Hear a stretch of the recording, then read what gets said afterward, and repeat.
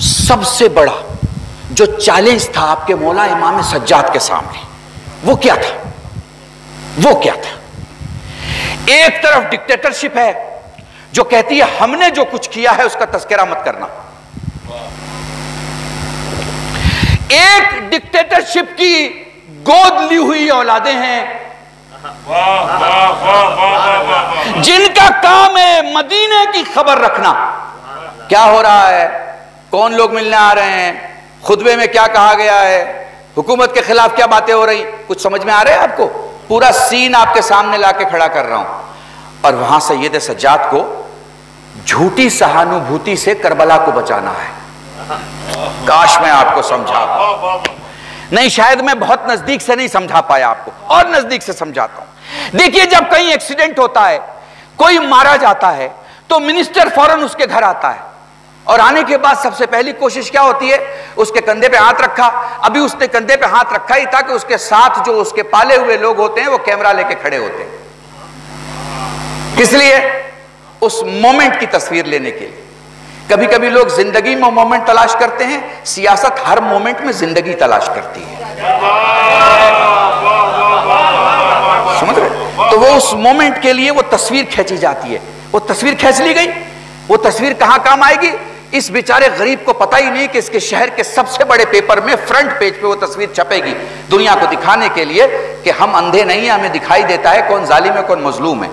عجیب مظلوم کی طاقت ہے، جملہ سنیے گا میرا، عجیب مظلوم کی طاقت ہے کہ ظالم سے ظالم ترین شخص نے، ظالم سے ظالم ترین شخص نے فوٹو کھچانے کے لیے ہی صحیح مگر مظلوم کا ساتھ دیا ہے۔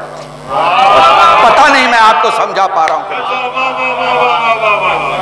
اس لیے کہ اسے معلوم ہے کہ اسے سماج تو چھوڑ دے گا، انسانیت کبھی نہیں چھوڑے گی۔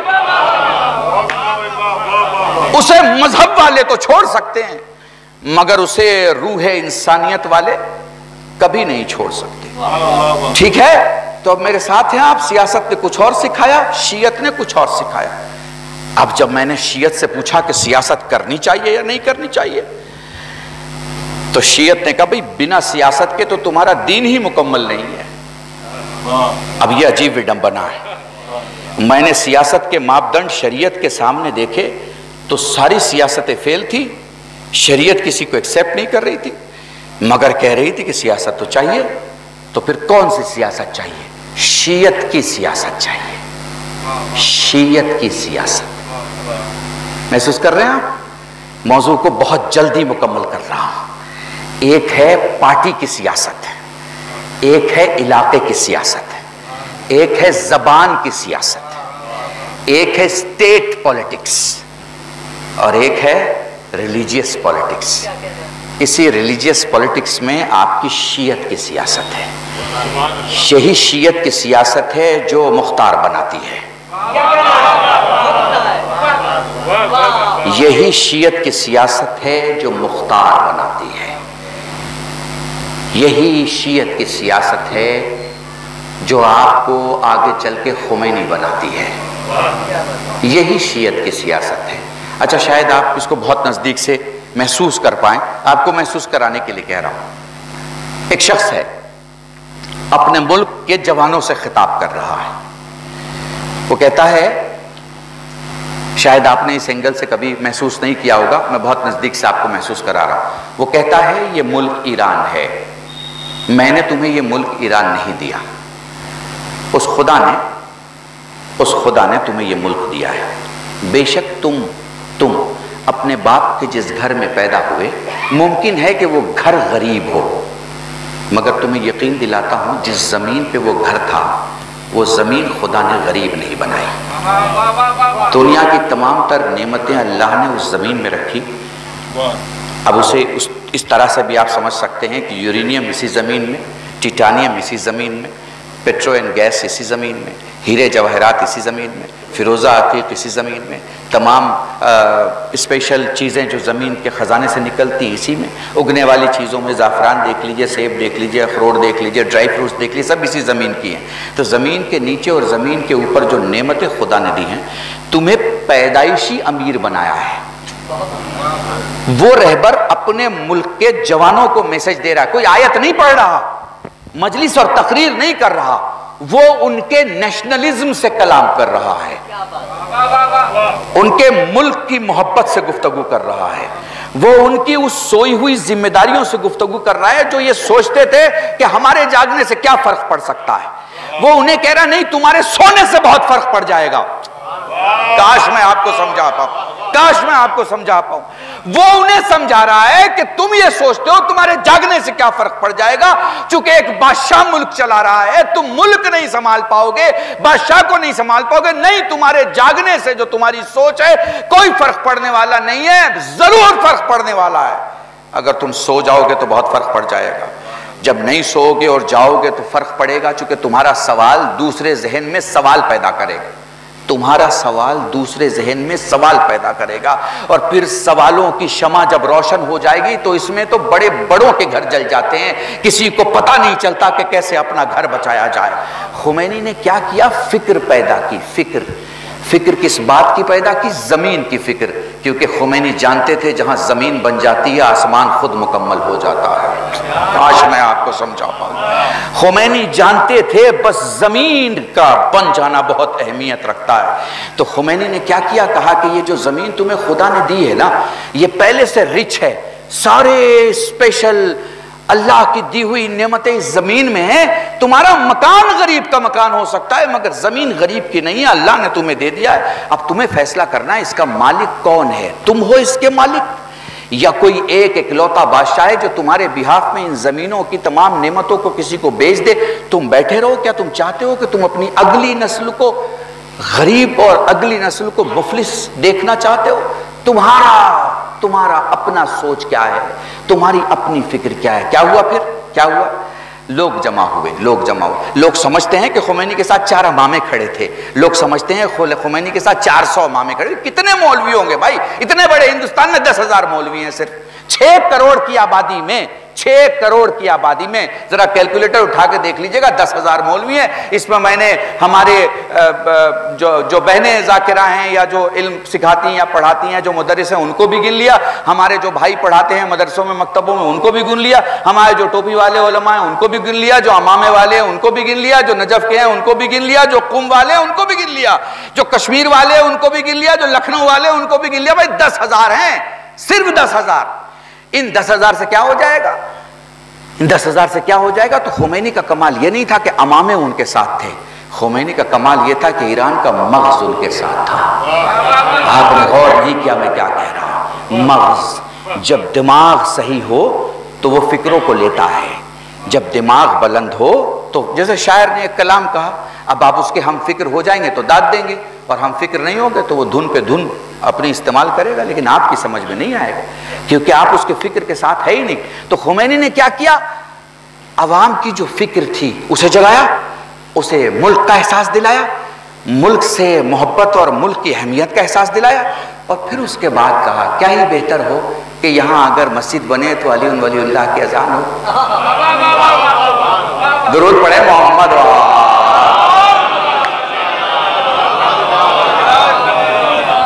یہ غلط ہے اگر کوئی کہہ رہا ہے کہ جمہوری اسلامی ایران نے ایک دم بنا دیا آیت اللہ خمینی، نہیں، انہوں نے پہلے جمہوری بنایا، پھر شیعہ جمہوریت نے مل کے اسلامی بنایا۔ پتہ نہیں آپ محسوس کر پائے اسے کہ نہیں کر پائے، یہ الزام لگایا جاتا۔ انہوں نے جمہوریت کی بنیاد رکھی، تو اس جمہوریت میں 98% سے زیادہ وہ لوگ تھے جو ووٹ کر رہے تھے کہ اسے اسلامی ہونا چاہیے۔ اسلامی کیوں ہونا چاہیے؟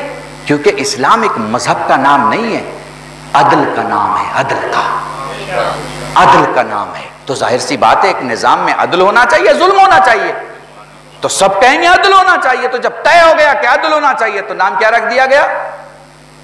جمہوریہ اسلامی نام رکھ دیا گیا۔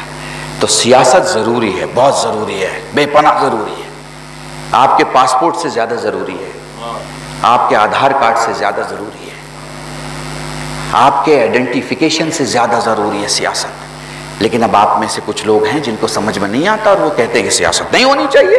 ہاں یقیناً نہیں ہونی چاہیے، ابو سفیان کی سیاست نہیں ہونی چاہیے،